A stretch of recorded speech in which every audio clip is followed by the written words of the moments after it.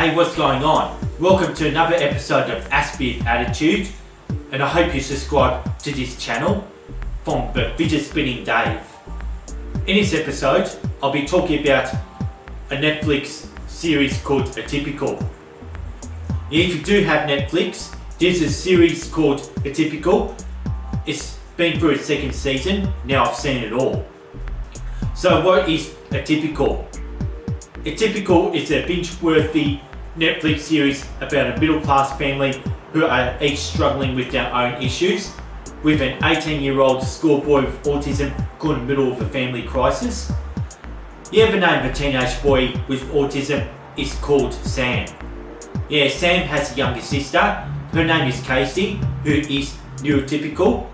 She is 16 years old, moving on from a public school called Newton, where Sam's also been attending, and she's on her own at a private school called Clayton, and she is having a very hard time trying to fit in with her new peers, and she begins to attend to a school that requires full school uniform.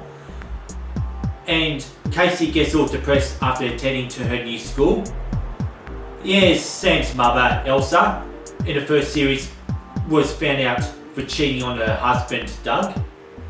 And as it happens, Sam's parents are virtually separating. Mother was caught cheating with a bartender at their local. As for Sam, he is about to finish high school and he's in a critical time that he needs to start making a decision in life, deciding if he wants to move on to college and what course does he want to do in order to get into college. I'd just like to focus more on Sam, since I like to talk more about the autistic side of Atypical. Since time is running out, he is still obsessed with penguins and Antarctica. He's also still obsessed with dating. The girl he had in the last series was Paige. She still acts upon that she loves Sam as I view it. I feel that Sam still doesn't pick up on the social cues when he's with Paige. The relationship between Sam and Paige still goes on and off, on and off, on and off. And he's still seeking what's so-called love advice or love counselling from his best mate, Zahid, a friend he has at his part-time work at an electronics store. Zahid, even in the last series, offered Sam very bad advice when dealing with the opposite sex. In the second series, due to the amount of changes that's going around Sam, he goes through more autistic meltdowns and more burnouts. He becomes banned from seeing his usual therapist, Julia. After the last season, Sam had damaged Julia's relationship with her boyfriend, Miles.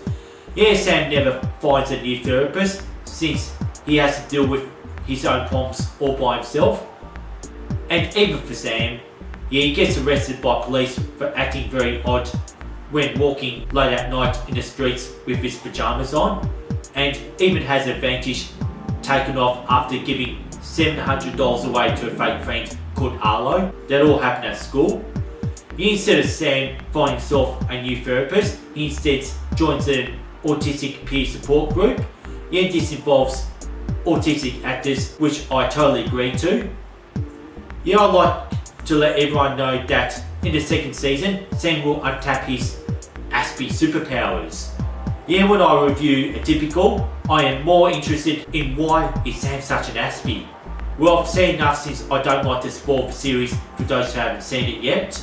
As an Australian reviewer of Netflix series Atypical, I give it 7 fidget spinners out of 10 fidget spinners.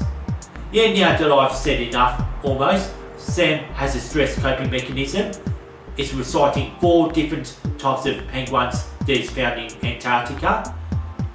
Alright, here we go. Adelie, Chinstrap, Emperor, and Gentoo.